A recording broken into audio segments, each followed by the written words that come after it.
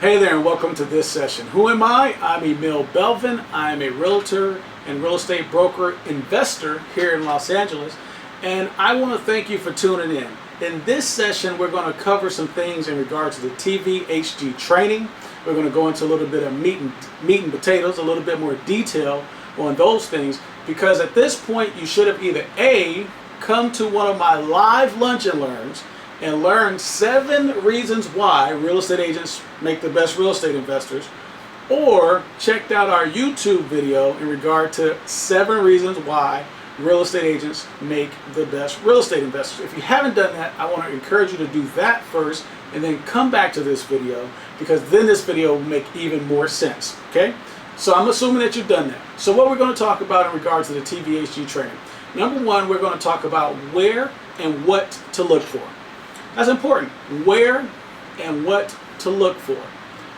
It doesn't sound that complicated, but there's definitely some steps in that process that take some time to develop that skill set, because it's a little different than what you may have been doing in regard to real estate. Like a lot of times you're looking for deals on the MLS. Well, a lot of these deals are not going to be on the MLS. And I'll go into details on how, again, where and what to look for. How do you find those, which is a big deal. It's a little different. How do you do that?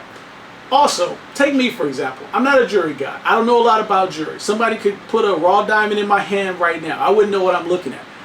Honestly, I don't know the difference between an amethyst and a sapphire. I think a sapphire is blue. Could be purple. Amethyst, pink. Could be purple. I don't know. That's not what I do. I don't do jury. But if you ask me to assess and give you an analysis on a piece of property in Los Angeles County where I live, sure, I can do that for you. I can tell you if this is a good deal, whether this is going to make some money. My area, 1 to 4 units. I do residential right now. Eventually I might get into commercial, but right now I'm doing 1 to 4 units, and I'm focusing on flips as well as some rental properties. So I can kind of give you some insight on how this can make money for you in regard to where and what to look for. Now, finding your niche, that's very important as well, because once you know where and what to look for, maybe you find one area a little bit more low-hanging fruit. The sellers are a little bit more receptive to you than the other areas. So that's going to be on you to find your niche once I go over the different areas of where and what to look for. How do you get financing? Well, with any transaction in real estate, you got to get financing. Let's say you have the money. You might have $2 million. I don't know how much you have, but let's say you have $2 million. But then at some point you got enough projects to where you got, okay, I got 3 projects going, and you know I'm down to maybe $200,000 in the bank. Do you want to take that last 200 and put into a project? No. So we want to know how to leverage our resources so that if we have a sum of money, we don't have to tap into all of our money to make money. You know, there's a saying that goes, what's it, OPM, other people's money?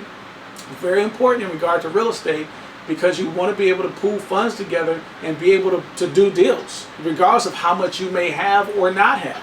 A lot of times you're looking at it from the traditional way of getting financing. Like when you help a buyer, for instance, to buy a property, you go to a bank, a traditional lender that's on the corner, a Chase, a Wells Fargo, a B of A, and they get qualified, and then they get the guidelines. You got to get the prior to doc conditions, and then you do the prior to funding conditions, and then you close your deal, right, once they get everything checked off.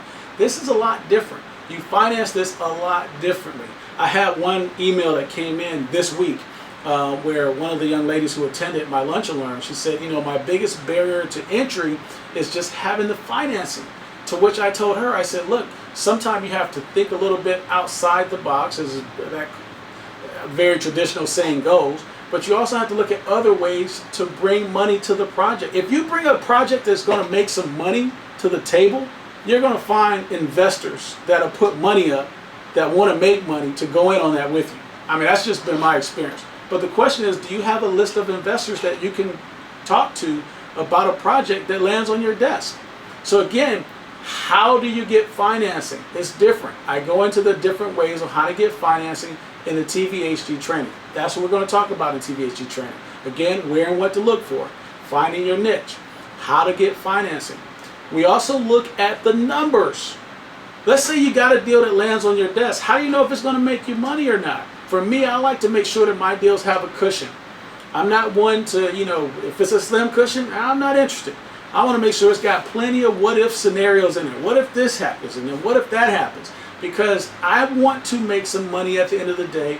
But more importantly, I want to make sure that my investors make their money, so that if I come across another project and they're interested in investing, they say, hey, Emil definitely gives me a rate of return on my money. He's been consistent for the last 2, 4, 5, 10 deals. There's no reason he wouldn't be consistent on this one, right? So I want to have a very good credit rating with my investors, as well as on projects that I just go in on myself. I want to make sure that, you know, my money has some cushion. If I hit my benchmark, perfect. That's what I was expecting. If I go over, then great. If I come a little bit under, I'm still going to make money. Not as much as I anticipated, but I'm still going to be okay. So that benchmark for me is very important. I'm a conservative guy. I'm a conservative investor. Calculated. I like to take calculated risks. I'm not. Some people call me a risk taker. Okay, I may be, but it's calculated nonetheless. May not seem that way, but it's calculated. So we take a look at the numbers. How much do you want to buy a property for? Renovation costs and what a budget should look like. Rate of return. How much should we give investors that put up money, you know, on a project that we're working on, so on and so forth. At the end of the day, my goal is to show you how to do the same work that you're already doing as a realtor. Same work, but double the pay. Hell, you might even triple the pay. And I tell you why. I'll give you an example. Take me as an example. My busiest year as a real estate agent, I did, I think, 10 deals. And I want to say I made about $130,000 that year. $130,000. On my second flip project, I walked away from the closing table with a check for more than $130,000. That was one deal. That was one deal where I walked away from the table with more than $130,000. So again, that's just an example of how you can see that, hey, you know, here it is. This was a year of 10 transactions. You know, meeting with buyers, meeting with sellers, getting disclosures signed, you know, meeting for inspections. The appraisal didn't come back. The appraisal did come back. You know, counter offering with the buyer, counter offering with the seller. All those back and forths versus one transaction. Okay, I don't know about you, but I'm not getting any younger. And my goal is to work smarter, not harder, right? So just by that example alone, if you're not catching what I'm saying, the moral of the story is, if you're trying to work smarter and not harder, you definitely want to be doing some investing. Now, by all means, you'll never hear me say, stop taking listings, stop helping buyers. No, you still want to do that, but maybe now you partner with people on those projects. Because again, our goal with the TVHG training is to work smarter, not harder. In the TVHG training, let me just recap. Number one, we're going to talk about where and what to look for. We're going to find our niche area. How to get financing, which is most important, even with any transaction. If we can't get the money, we can't do the deal.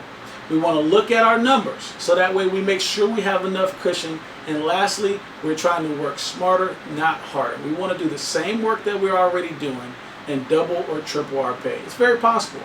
I mean, I don't think anybody looks at it from the perspective and says, hey, you know, last year I worked 10 hours a day. This year I want to work 14 hours a day. You know, last year I worked 14 hours a day. This year I want to work 18 hours a day. No, we want to do less and make more. Am I right? How do we do that? We have to look at projects that are going to yield a bigger return for us and figure out how we can work smarter and not harder. I'm Emil Belvin. I am a realtor and investor here in Los Angeles. If this makes sense to you and you want to be a part of the TVHG training, by all means send me an email to theVacantHomeGuy@gmail.com. theVacantHomeGuy@gmail.com. Give me a call if you like, 310-670-3002, and either myself or someone from the office will get back to you. Or there may be a link in this video or at the bottom that says something in regard to TVHG training. Click on that link and sign up for the training. It's about 1 hour long, and it's going to cover those key bullet points, great information in which you're going to get over. Again, I think I said it in something else. It's going to be the best. We try and keep it around 30 bucks, 40 bucks. It's going to be the best $30, $40 that you ever spent this year, this decade, because it's really going to show you how to increase your bottom line by doing what you already do.